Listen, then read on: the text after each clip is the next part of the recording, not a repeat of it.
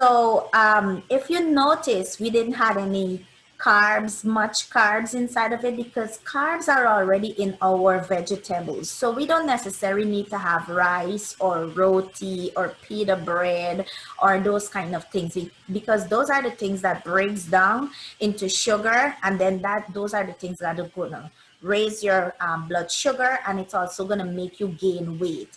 So if you want to lose weight and eat healthier, you make sure that you have a lot of, like, half of your plate should be fruits and vegetables only, half of your plate. And then the other half, it's going to be quarter of your protein, and the other quarter is going to be your grains. So as you can see, there's a lot of quinoa.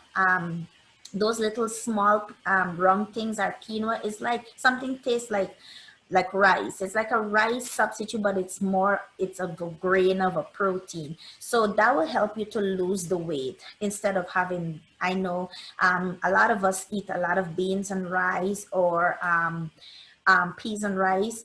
What you can do, you can have the beans and you can mix it with the quinoa and see if you would like it. Or if you can't go a day without rice, you can have brown rice instead of white rice, because the white rice, soon as you eat it, it breaks down and it spikes your sugar, and that's going to make you gain a lot of weight.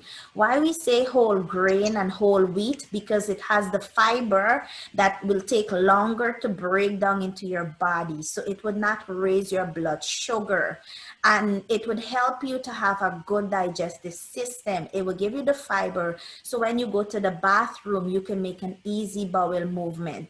And we want to make sure that we make at least one bowel movement per day, because you see a lot of people, when I work with clients, a lot of time they have a high tummy, and then when we start eating more vegetables or we start juicing and they start going to the bathroom more frequently, you see they lose the weight and they lose the stomach because they have been constipated and they're not aware of it. But then when you start eating a lot of the fiber, and you change and you exercise and you do a lot of juicing, it detox your body, and all those toxic that you had for months or years, it comes out.